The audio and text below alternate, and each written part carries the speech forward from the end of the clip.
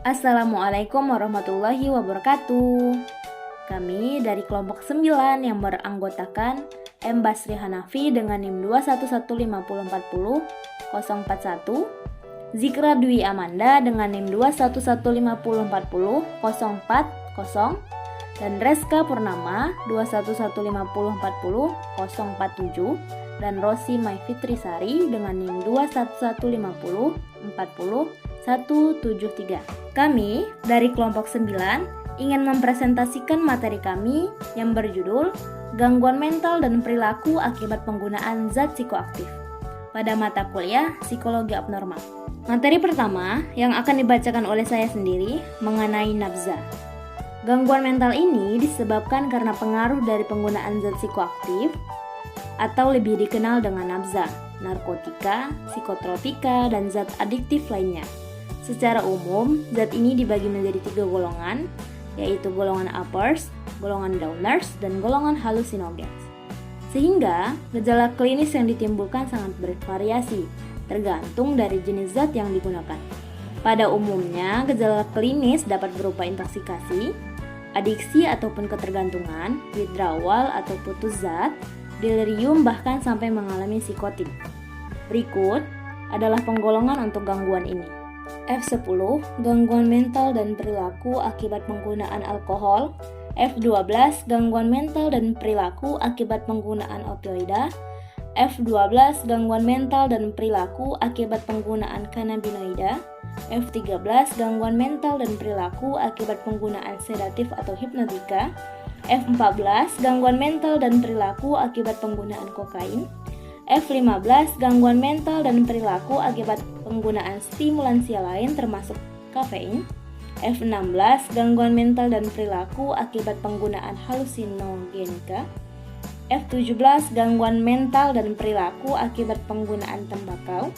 F18, gangguan mental dan perilaku akibat penggunaan pelarut yang mudah menguap. F19, gangguan mental dan perilaku akibat penggunaan zat multiple dan penggunaan zat psikoaktif lainnya. Zat psikoaktif adalah zat yang bekerja terutama pada otak, sehingga menimbulkan perubahan perilaku, perasaan, pikiran, persepsi, dan kesadaran orang yang mengkonsumsinya. Zat psikoaktif ada yang bersifat adiktif dan ada yang tidak bersifat adiktif. Penggunaan zat secara patologis dikelompokkan dalam 2 kategori. Yang pertama, ketergantungan zat atau adiksi, dan yang kedua adalah penyalahgunaan zat. Ketergantungan zat atau adiksi merupakan keinginan yang menetap atau usaha yang gagal untuk menghentikan atau mengendalikan penggunaan zat.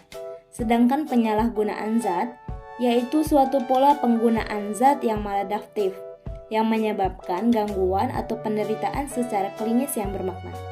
Narkotika adalah zat atau obat yang berasal dari tanaman atau bukan tanaman, baik sintesis maupun semisintesis, yang dapat menyebabkan penurunan atau perubahan kesadaran, hilangnya rasa, mengurangi sampai menghilangkan rasa nyeri, dan dapat menimbulkan ketergantungan yang dibedakan ke dalam golongan-golongan narkotika yang ada dalam lampiran Undang-Undang Nomor 35 Tahun 2019 tentang narkotika. Selanjutnya, penggolongan narkotika. Undang-undang yang mengatur tentang narkotika ialah Undang-Undang RI Nomor 35 Tahun 2009. Terdapat beberapa penggolongan narkotika, yakni golongan 1 hanya digunakan untuk pengembangan ilmu pengetahuan, bukan untuk terapi, serta mempunyai potensi sangat tinggi yang mengakibatkan ketergantungan. Contohnya heroin, kokain, ganja, dan opium. Golongan kedua digunakan untuk pengetahuan dan terapi, serta mempunyai potensi tinggi mengakibatkan ketergantungan. Contohnya morfin, petidin, metadin. Serta golongan ketiga digunakan untuk ilmu pengetahuan dan juga banyak digunakan dalam terapi, serta mempunyai potensi ringan mengakibatkan ketergantungan. Contohnya ialah kodein. Psikotropika menurut Undang-Undang Nomor 5 Tahun 1997 tentang psikotropika merupakan suatu zat atau obat, baik alamiah maupun sintetis yang tidak termasuk ke dalam golongan narkotika, yang berkhasiat psikoaktif melalui pengaruh selektif pada susunan saraf pusat, yang menyebabkan perubahan khas pada aktivitas mental dan perilaku. Untuk golongan 1, halusinogen digunakan untuk tujuan ilmu pengetahuan, tidak digunakan untuk terapi dan potensi sindrom ketergantungannya amat kuat. Contohnya LSD, MDMA atau ekstasi. Untuk golongan kedua, stimulansi, pengobatan dan juga untuk pengembangan ilmu pengetahuan, potensi sindromnya ketergantungan ini sangat kuat. Contohnya metafetamin atau sabu. Golongan ketiga, sedatif, untuk pengobatan atau terapi dan juga untuk pengembangan ilmu pengetahuan. Potensi sindrom ketergantungannya sedang. Dan terakhir, golongan keempat atau anti-ansietas digunakan untuk pengobatan atau terapi dan untuk pengembangan ilmu pengetahuan serta potensi sindrom ketergantungannya ringan. Contohnya diazepam, clobazam. Berikutnya, tanda dan gejala klinis penggunaan nafza. 1. Zat alkohol. Intoksikasi ringan seperti rasa kantuk, cadel, euforia. Berat seperti koma, kejang, hipotermia. Serta sangat berat seperti gangguan kesadaran, gangguan kognitif, gangguan afektif, dan perilaku. Gejala putus zat seperti halusinasi, ilusi, kejang, gemetar, muntah, muka merah, insomnia, hipertensi, serta rindu dengan minuman alkohol. Yang kedua, zat opioida, intoksikasi, kontriksi pupil, kejang, dan penekanan susunan saraf pusat. Gejala putus zat seperti tidak selera makan, dilatasi pupil, diare, insomnia, tekanan darah naik.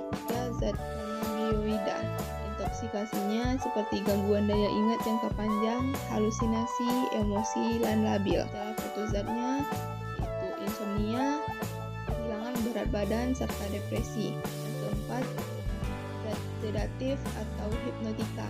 Intoksikasi ringannya yaitu euforik ringan, melemahnya otot, menguranginya kecemasan. Berat seperti bicara tidak jelas, langkah tidak stabil, konsentrasi lemah. Berat atau diafragma melemas hingga dapat membuat individu kehabisan nafas, merusak otak, mengalami kemunduran kepribadian. Gejala putus zatnya yaitu kematian yang mendadak, delirium, kejang-kejang, serta depresi. 5. Zat kokain. Intoksikasinya lakikardi atau bradikardi, dilatasi pupil, peningkatan atau penurunan tekanan darah, serta halusinasi. Gejala putus zat, terganggunya hubungan sosial, pemikiran paranoid, gangguan pola makan, serta tidur, serta mudah tersinggung. 6. Zat stimulan amfetamin. Intoksikasinya hyper atau hipotensi, perilaku maladaptif, gangguan daya nilai, euforik, agitasi atau retardasi psikomotorik, melemahnya otot, depresi pernafasan, nyeri dada atau aritmia jantung, kebingungan, kejang, dyskinesia, dystonia atau koma, serta gangguan ginjal. Gejala putus zatnya seperti depresi, anergia, capek, dan ansietas. Yang ketujuh, zat halusinogen. Intoksikasinya yaitu ilusi, halusinasi visual, takikardi, dilatasi pupil. Gejala putus zatnya seperti insomnia, gemetar, dan ketakutan yang didahului oleh kejang serta putus zat dan agitasi. Etiologi penyalahgunaan dan ketergantungan zat dibagi menjadi 3 variabel. Variabel pertama yaitu sosiokultural, di mana pengaruh teman sebaya dan orang tua, hingga pengaruh media dan jenis perilaku yang dianggap pantas dalam suatu budaya tertentu, serta lingkungan sosial dapat mempengaruhi ketertarikan dan akses seseorang pada obat-obatan. Yang kedua yaitu variabel psikologis. Nah, dalam variabel psikologis ini dibagi lagi menjadi 3 bagian. Yang pertama yaitu perubahan mood. Secara umum, diasumsikan bahwa salah satu motif psikologis utama untuk menggunakan obat-obatan adalah untuk mengubah mood. Oleh karena itu, penggunaan obat-obatan menjadi suatu penguatan, baik dengan meningkatkan mood positif ataupun dengan mengurangi mood negatif. Yang kedua yaitu keyakinan tentang risiko dan prevalensi, sejauh mana seseorang meyakini bahwa suatu obat berbahaya dan prevalensi penggunaan yang dilihatnya pada orang lain. Yang ketiga, kepribadian dan penggunaan obat. Penyalahgunaan obat merupakan bagian dari perilaku mencari kesenangan yang dilakukan oleh seorang psikopat. Dan variabel yang terakhir yaitu variabel biologis, di mana permasalahan minum pada manusia menurun dalam keluarga menunjukkan adanya komponen genetik, namun juga konsisten dengan faktor-faktor pengaruh sosial. Selanjutnya, terapi penyalahgunaan dan ketergantungan alkohol. Dalam terapi, apapun jenis intervensi yang diberikan, langkah pertama adalah orang bersangkutan harus mengakui dan menyadari adanya masalah terkait kebiasaan minumnya dan secara sukarela memutuskan untuk mengatasi masalah tersebut. Setelah penyalahguna alkohol mengakui adanya masalah terkait kebiasaannya, adapun beberapa jenis penanganan yang dapat diberikan yaitu yang pertama, penanganan tradisional di rumah sakit, di mana penghentian alkohol atau detoksifikasi dapat berjalan sulit dan berlangsung lama. Yang kedua yaitu penanganan biologis, di mana pengkombinasian antara pengobatan menggunakan antabus dengan terapi kognitif perilaku. Dan yang ketiga, pendekatan kognitif perilaku, terapi aversi, operan conditioning. Dan keempat, manfaatkan dukungan sosial Alcoholics Anonymous, yaitu kelompok terapi mandiri yang didirikan oleh pecandu alkohol, terapi pasangan, dan keluarga. Dan yang kelima yaitu pertimbangan klinis dalam menangani penyalahgunaan alkohol, mencocokkan antara faktor-faktor yang terdapat dalam diri peminum dengan faktor-faktor yang terdapat dalam penanganan. Cara ini dikenal sebagai attitude treatment interaction. Nah, yang terakhir yaitu sasaran terapi dan tahapan terapi. Dalam sasaran terapi ini dibagi lagi menjadi 3 bagian. Yang pertama yaitu abstinensia, di mana mengurangi penggunaan nafsa bertahap sampai abstinensia total. Kedua, mengurangi frekuensi dan keparahan relapse dan perbaikan dalam fungsi sosial dalam masyarakat. Nah, tahapan terapi ini terdapat 3 fase. Fase pertama yaitu penilaian, fase terapi detoksifikasi, dan fase terapi lanjutan. Rehabilitasi. Rehabilitasi dibedakan menjadi 2 macam, yaitu rehabilitasi medis dan rehabilitasi sosial. Rehabilitasi medis merupakan proses kegiatan pengobatan yang dilakukan di rumah sakit agar pecandu terbebas dari ketergantungan narkotika. Dan rehabilitasi sosial merupakan proses pemulihan secara terpadu, baik secara fisik, mental, maupun sosial dalam kehidupan masyarakat. Ada beberapa tahapan pada rehabilitasi ini. Yang pertama yaitu fase penilaian. Pada fase ini, adanya evaluasi psikiatri yang komprehensif. Dan yang kedua yaitu pada tahap rehabilitasi medis. Pada tahap ini, dokterlah yang memutuskan apakah pecandu perlu diberikan obat tertentu untuk mengurangi gejala putus zat atau sakau yang ia derita. Dan yang ketiga yaitu tahap rehabilitasi non-medis atau sosial. Adanya tempat rehabilitasi di bawah BNN yang memiliki program Therapeutic Communities atau TC, 12 steps atau 12 langkah, pendekatan keagamaan, dan lain-lain. Pada tahap yang terakhir yaitu tahap bina lanjut. Tahap bina lanjut ini merupakan layanan pasca rehab yang bersifat reguler atau rawat jalan, di mana pecandu dapat melakukan aktivitas sehari-hari mereka, namun mereka masih dalam pengawasan. Selanjutnya yaitu metode rehabilitasi. Yang pertama yaitu rehabilitasi jangka pendek. Lama perawatannya berlangsung antara 1 sampai dengan 3 bulan, tergantung pada kebutuhan pasien. Dan yang kedua yaitu perawatan rehabilitasi jangka panjang, yaitu 6 bulan atau lebih. Dalam hal ini, modalitas terapi yang dimaksudkan adalah terapi community atau TC yang menggunakan pendekatan perubahan perilaku. Dengan berakhirnya materi presentasi yang saya sampaikan, maka berakhir pula lah presentasi dari kami, yaitu kelompok 9.